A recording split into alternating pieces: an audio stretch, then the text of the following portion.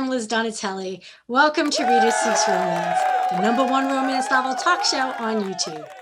In today's Pajama Party episode, I chatted with romance authors Sarah Smith and Skye McDonald, who write together as SARAH SKYE. The co-authors discussed their sexy fake dating romance, SIPS and Strokes, and they explained how they wrote a novel together from 3,000 miles apart. Also, I shared 3 things that I learned from reading Sips and Strokes, and then Sarah, Skye, and I played an epic round of 2 truths and 1 lie. Enjoy, and be sure to like, comment, and subscribe. Hi, Sarah. Welcome to Reader Seeks Romance. Hi, Liz. It's so good to see you again. Yes, this is your second time on the show. Welcome back. Hi, Skye. Welcome to Reader Seeks Romance. Hi, Liz. It's so nice to meet you. I'm so excited to be here. Did you both start as friends turned to co-authors or enemies turned co-authors? What's your origin story? Well, of course, this is a hate to love. Come on. No. I was hoping you'd say that. Yeah, not at all. This would definitely be a friends to awesome collaborators kind of thing, I think, but friends through the writing community. Right, Sarah? Twitter, right? Yeah, that's correct. I think what happened was we were just part of the Twitter writing contingent on there, and then I just really liked your writing, and I think I was the one who initiated it. I slid into your DMs a few years ago to I think you were looking for a beta reader or something, and I liked all the lines you were posting, so I'm like, I'll beta read for you. Yeah, that's how I remember it. My first book, Not Suitable for Work. I was looking for critique partner beta readers, and you were like, me, and I was like, yes, and it was a perfect match. Oh, wow. That's awesome. That's awesome. Have you've met in person or no? You have met in person, right? Okay. Once. Once, like in person, real life. See, now when I say in person, I have to, like in real life, like you could touch each other or, okay. So there was touching. Okay, that's good to know. There was, in fact, touching. We have photos, which we have shared on Instagram. But we met up right after both of our first books were published in my hometown of Nashville for a ladies' weekend, which was an amazing time. And I was so excited to get to show Sarah around. I don't live there now, but it was really fun. So we've gotten to meet once, and my intention is again this year. Hopefully, travel will continue to open up, and I want to go to the West Coast because I want to hang out with Sarah again. I feel like Skye and I, because we do work together on our writing, even though we only have met once, I feel like it's almost like we are interacting every day, so it doesn't feel like we've only met once. How many pen names did you go through? Because you're Sarah Skye, so you took both of your first names and it rolls off the tongue nicely. But how long did it take you to get to that? Or was that just immediate? I feel like we came to that relatively quickly, Skye. I feel like there wasn't a whole lot of discussion. We were just like, okay, well, we want to do a pen name. And I think our first names just go really well together. We had talked about like Sarah McDonald, and which is actually my sister's name. So it was like, no. And then it was like Skye Smith, but that kind of sounded like a law firm or something. So this just seemed to be the right combo. It was not too hard to pick. Okay. All right. Because I was wondering about that. I always wonder what goes into creating a pen name, but you both have lovely names that go well together. Well, actually, my name is a pen name. So McDonald is my name, but Skye is a name that I chose as a writer, as my sort of public name. Okay. Yeah, I chose it because the McDonald, my clan is from the Isle of Skye, but also my grandparents had a golden retriever named Skye when I was a kid, and I always liked the name. Oh, wow. So I was going to ask, is Skye your real name? But I felt like that would be rude, because if your name really is Skye, you're like, oh, why? I can't be named Skye. Sips and Strokes is a romance rom-com about Lily, who is an art professor, and her new substitute form model for her art class this year, Calder Ross, who is a Scottish romance novel cover model. Okay. And he is trying to get more legit. he wants to be the brand rep for a whiskey brand that he grew up around, and he needs to clean up his image.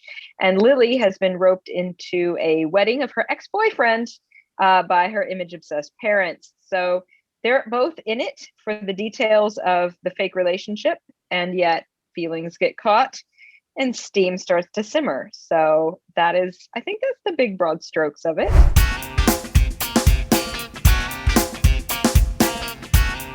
We had a broad vision of what the book would be, and we would plan like specific chapters at a time. We get on the phone and be like, all right, so next this is going to happen, and this is going to be from Calder's voice, and this is Lily's voice, and they're going to do this, this, and this. And then we would go and we would write probably 2 to 3 chapters at a go, at most, maybe 1 at certain points, like in big moments. And then we would just trade them out and read them together and put them into a shared doc. So it was like continuously developing. And that is how we made that work from 3,000 miles apart. How did you both come together to conceive the plot? What did that involve? It actually came pretty easily. Like we were kicking around the idea of writing something together for a while. So we both were just kind of thinking about different ideas in our head on our own, like what tropes we liked. And then we just got on the phone one day and kind of just brainstormed all the ideas that we had been thinking about. And the one idea that stuck was having a fake relationship trope and involving a wedding of some sort in some sort of way. So it actually just I think it just came together really, really naturally, really easily. So that's really a testament to how in sync the two of you are. Because first of all, you have to be in sync to co-write, to write where it's seamless. So it's in a way like you have your own romance together as co-authors. Like you have to have an ongoing romance, which is what I love about writing partners. I so admire people who can work together, because as much as I put on a resume, I'm a team player. I don't like working in teams. I'll be honest. Calder Ross is, he's the ultimate, let's face it, the ultimate male protagonist. The Scottish accent, he encourages Lily to express her wants and desires. And he's like, as you wish, I'm going to do that. I'm going to get right on that. How much input did each of you have in Calder? Was it an equal amount, or was Calder more Skye's invention or more Sarah's? Or are you so in sync? You're like, this is what is the ultimate. And you're like, I agree. So Calder was my voice overall. Of course, we switched out the dual POV. So I took Calder's voice chapters. But it was definitely collaborative. I knew, like, my books are generally set in Nashville. Like you said, it's my hometown, but I wanted to do something different that still kind of like reflected my sort of personality, hence the Scottish thing, like I said, based on my roots. And of course, Lily is half Filipino. Sarah's definitely like wonderful with her female protagonist in that way. So we wanted to kind of do something a little bit different. We had started with him being like much more of a playboy, I think, and it kind of smoothed out a little bit. And then somewhere the idea of him being this romance novel model like came to me. And I will freely say, like, the opening lines of the book where he's talking about like posing make me laugh. And I wrote them. So I'm like, it's like ridiculous to make yourself laugh. But we definitely both brought him to life. And then the awesome thing was, like, whenever I would get a chapter of Sarah's from Lily's point of view, I was always so excited to see what Calder was going to do next, even though he had been like, I'm writing in his voice. When we meet Lily, she's working on using her voice to stand up for herself, because she's often steamrolled specifically by her mother. The realization I came to about fake relationships, and I received this insight through Lily, is that fake relationships at the heart, it's not just about fooling family and friends and, getting a date for a wedding or, getting a job promotion.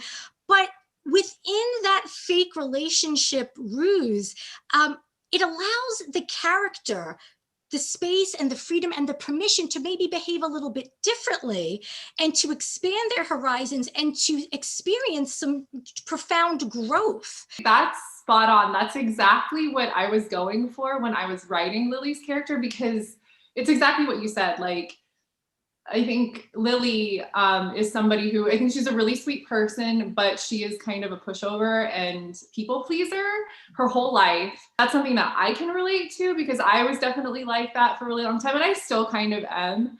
But you're totally right. Like when she gets with Calder, even though it's a fake setup, she feels comfortable in a way that she never has before. And so she can feel like she can be assertive and voice her opinions and wants. And Calder also finds that really sexy too when they start getting, you know, physical and when they start giving into their attraction. But I'm really happy that you came to that conclusion because that's exactly the message that I wanted to convey when I wrote her POV in the book. Just that I mean, fake relationships are a really fun romance trope, but they can be like a catalyst for the character becoming stronger and, or even just finding who they are really and embracing that and not being afraid to be themselves and advocate for themselves. And I think that's what Lily learns by the end of the book. If you have a bachelorette party at a sports bar, you don't have to buy your own drinks. That is something that I mean, have you heard of people having bachelorette parties at sports bars for that reason? So I've never known a group of friends who like, oh, we're only going to go to the sports bar. Like they normally like do like some sort of bar crawl situation and they make sure to hit up places that they know a bunch of like dudes will be at because they know the stereotype is that they're going to get drink spot for them, as horrible as that sounds. I never thought of like a bachelorette party doing that. So I was wondering if that was a thing, but it's a thing in your world, which I was like, okay. All right. Hay rides can be super hot. Yeah. So, I mean, I'm not going to go into it. At first I had to reread it because I'm like, wait, what? I'm like, oh, whose was that? Like, did you come up together on that one or was... I think that was you, Sky. That was all Sky, huh? Yeah, I'm pretty sure. I think it was. I think I decided that was going to be a moment because we were ready for a big moment, right? Like, and that was definitely part of the planning. It was like, okay, we need some heat here. I remember like picking what Lily was going to wear to make that advantageous to the whole situation. So yeah, I think that was me. I'll be honest. Banana s'mores?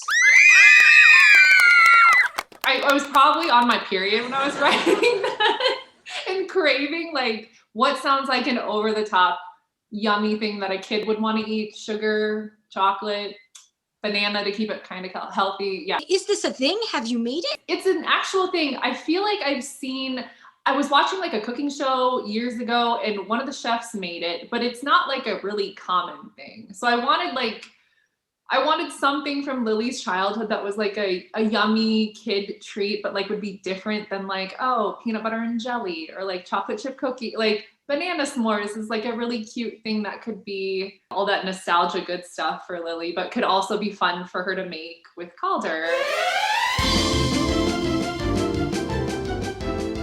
Number 1, I'm an Aquarius. Number 2, I love cinnamon whiskey. And number 3, I have ziplined through a rainforest. I have never been in a fist fight. I have 10 fillings in my teeth and I hate all sports. 1, I was a radio DJ in college and my DJ name was Lizzie Pop. 2, I worked as a romance consultant for an adult novelty home party business. And I crashed the wedding of a former best friend and stole a wrapped present from the gift table. I believe the lie is that you're an Aquarius. Okay. I think the lie is that you love cinnamon whiskey. You do know me. I am an Aquarius. I'm a February baby. But I love whiskey. I do not like flavored whiskey.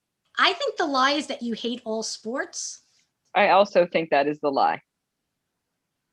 No, the lie is that I have 10 fillings. I have a bunch, but not 10. Okay, I think the first one is the lie. That I was not a DJ? Okay. Right. Yes. I think the second one is a lie. Working as a romance consultant? Uh-huh. Okay. Well, you were both wrong. I did not crash the wedding of a former best friend and steal a wrapped present from the gift table, but I encourage you to use that in a future novel if you'd like. And yeah, I worked part-time as a romance consultant for an adult novelty home party business called Temptations Parties. Well, it has been an extreme pleasure to chat with Sarah Skye, a.k.a. Sarah Smith, and Skye McDonald. Thank you so much, ladies, for joining me today on Rita Seeks Romance. Liz, thank you so much for having us. It's been a delight. It's been so much fun. Thank you.